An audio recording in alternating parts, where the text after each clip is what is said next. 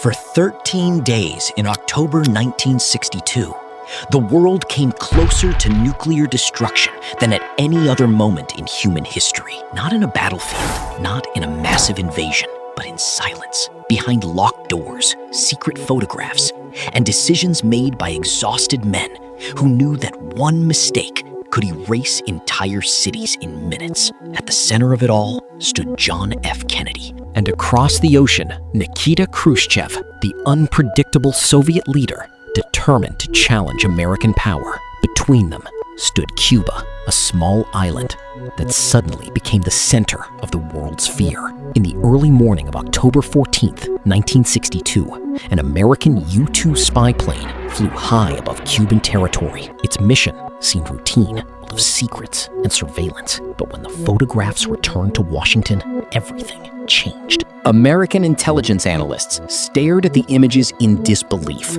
Long shadows stretched across Cuban fields, missile launch sites, transport vehicles, construction crews. The Soviet Union was secretly building nuclear missile bases just 90 miles away from the American coastline.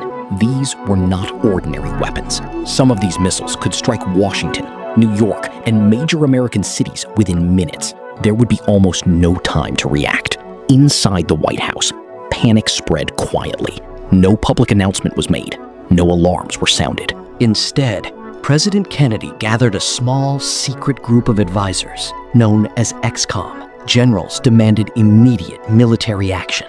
Many believed America had only one option: invade Cuba, destroy the missile sites, prepare for war. But Kennedy understood something terrifying. If America attacked Cuba, the Soviet Union could retaliate in Europe. Berlin could fall. Nuclear missiles could begin flying across the world. The discussions inside the White House became tense and emotional. Some military leaders argued that delay would make America appear weak.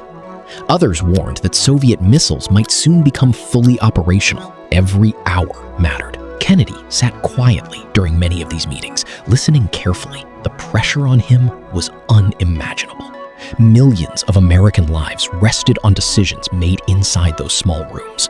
Outside the White House, ordinary people had no idea how close the world stood to catastrophe. But behind closed doors, officials quietly prepared for nuclear war. Bomb shelters were discussed. Military forces moved into position.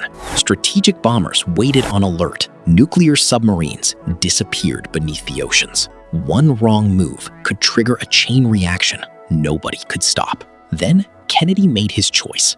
Instead of an immediate invasion, America would impose a naval blockade around Cuba. Officially, it was called a quarantine. The wording mattered because the word blockade could legally mean war. On October 22nd, Kennedy addressed the nation on live television. His face looked calm, but the situation was anything but calm. He revealed the existence of Soviet nuclear missiles in Cuba and warned that any missile launched from Cuba against the Western Hemisphere would be treated as an attack by the Soviet Union itself. Across America, fear exploded instantly. People rushed to stores. Schools practiced emergency drills. Meanwhile, Soviet ships continued moving toward Cuba. American warships formed a defensive line across the Atlantic. The entire world watched nervously. Would Soviet ships break through the blockade? Would American forces open fire?